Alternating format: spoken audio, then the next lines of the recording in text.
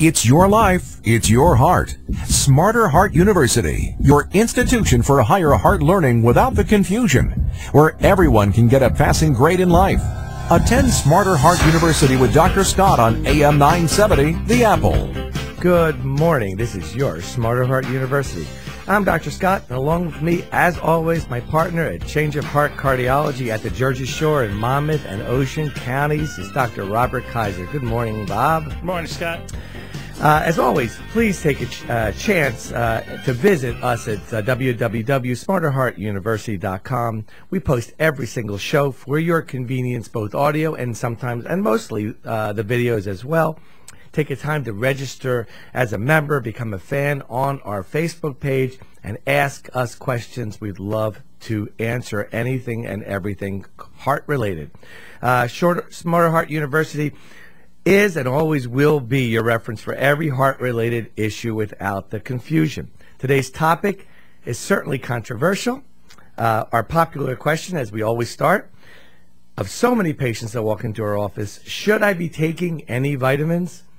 So the A, B, C, D, and E's of vitamins in the heart, folks, deficiency of vitamins and nutrients is so much more common than you really think in our population. It's even more common in the cardiovascular disease patients that we see every day, Bob. It could be due to your genetics. It could be due to your environment, prescription drugs. I mean, these are a lot of issues that can cause deficiency. When we combine replacement of these deficiencies with optimal diet and exercise and weight management, we can, and it's been well proven, that we can get some control of cardiovascular illnesses. Think about it, folks out there. Our present and future cardiovascular health and outcomes, such as hypertension, heart attack, and stroke, constitutes an annual health cost of about $10 billion. Now, using nutritional supplements to prevent heart disease and stroke has produced very, very conflicting results. Some are positive, some are neutral, and some just plain negative. Many researchers cite that there's enormous clinical design problems and flaws in methods and varying doses and types of the vitamins as the reason that studies have been difficult to interpret.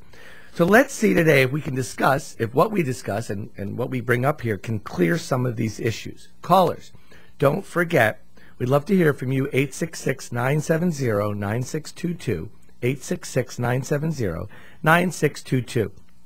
First up, the B vitamins. Now to say that there's just a small amount of controversy regarding the B vitamins is in the terms of treatment and prevention of heart disease is such an understatement. B vitamins are often found in many foods, such as the cereal grains, the beans, the green leafy vegetables, nuts, and meat. They are often combined together in a complex, and that has B1, B2, B3, B5, B6, B12, and folic acid. Today, though, we want to focus specifically on B6, B12, and folate, or folic acid, and B3, otherwise known as niacin. We're going to stick to the basics of the heart. Homocysteine. Homocysteine is an amino acid, and 30 years ago was so radical to think that it has a role in heart disease that the physician champion was actually ejected from the Harvard faculty because of his radical opinion about homocysteine. 30 years later, he actually got partial support in the terms that results of 3 major studies that came out around 2006 suggested that homocysteine may be a marker for vascular disease. But these studies also showed that while homocysteine marked the vascular disease and treating it with a combination of B6 and B12 and folic acid drastically reduced homocysteine levels, there was no benefit seen in reversing or further preventing vascular disease in people that were high risk. And that's an important point. Here's the controversy. In 2006, 17,000 patients were studied. They had pre-existing vascular disease. They were analyzed. And again, no benefit. But the question was raised, what about healthy people at risk? Not evaluated. Never evaluated, really. So let's move forward 2 more years, 2008.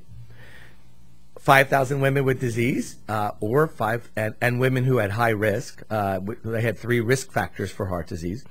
There was no benefit of these 3 vitamins to decrease cardiovascular events. 2 years later, now 2010, this year, we have another study of greater than 8,000 patients with a history of a stroke or a mini stroke called a TIA. The B vitamins were again found to be of no benefit in preventing or treating. To put a monkey wrench in all of this comes a study this past April 2010 right out of Japan. 23,000 men and 36,000 women were evaluated over 14 years for a high intake of the B vitamins versus a low intake. Those who had a high folic acid and a B6 intake had fewer heart failure death in men and significant fewer death from strokes or any heart disease in women. So now what? Thoughts of this on this type of issue can be concluded, and I think this is the best way I could put it out there. The discrepancy between vitamin B and folic acid supplementation and heart disease brings to mind those that still think that cholesterol reduction and heart disease are not so well done, such that, you know, there's those that still think that lowering cholesterol too low is unhealthy, and statins don't necessarily benefit healthy people in prevention of heart disease, such as what we call primary prevention. So, as stated by one reviewer, I don't think it's the end of the road for B vitamins. Now, folks, out there are ongoing trials that this reviewer stated of longer duration that are required to put the final proof of B vitamins and heart disease. Now, how about vitamin B3 or niacin? Well, this lipid specialist is a big supporter of niacin. It's required for proper function of fats and sugars in your body and to maintain healthy cells. Niacin does 3 things to your cholesterol. First, it helps people with low good cholesterol keep what they have instead of recycling it after the job, good cholesterol's job, of reversing the bad cholesterol's path into your arteries. This way you slowly build up a higher level. There's not many things that we can do. Even alcohol and exercise don't do this. Second, it lowers your triglyceride levels. And lastly, it lowers and improves the quality of your bad cholesterol from small and malignant like mud, as we've talked about in past shows, into large and fluffy like sand, which is easier to remove by your liver. When combined with the statin, niacin, in an extended release prescription form, it reduces plaque and cardiovascular events. Its main side effect, flushing or redness or itching, is very highly overrated and feared to be used by many.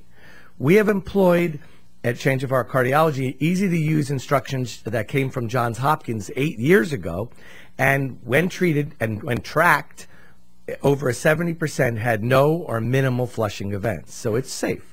Interestingly, and this is important take-home point number 1, folks out there, by taking extra vitamin E and C, it seems to blunt the beneficial rise you get in your good cholesterol with using niacin.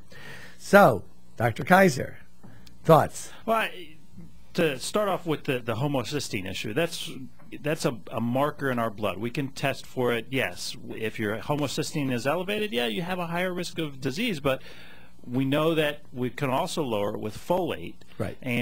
But that doesn't do anything, apparently, at least in the short run. You give folate, you lower homocysteine, doesn't do anything. But this Japanese study is quite interesting. Maybe over the long haul, maybe there is a benefit. I don't know. Studies have to be done. That's the thing. You know, you're a statistician, and you're very good at this in terms of prospective and retrospective analysis. And then there comes this big thing lately, and I'm going to talk a little bit about this again, about taking 10 studies, 11 studies, 17 studies, and doing a meta-analysis, which is what we've talked about our very first show, about how inconsistent these meta-analyses are.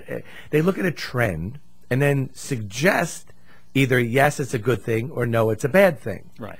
And that's a terrible way. The data so far for folate supplementation doesn't say there's a harm, but it doesn't say it does anything. So I don't know. I think the data is out. I want to see the results of ongoing trials.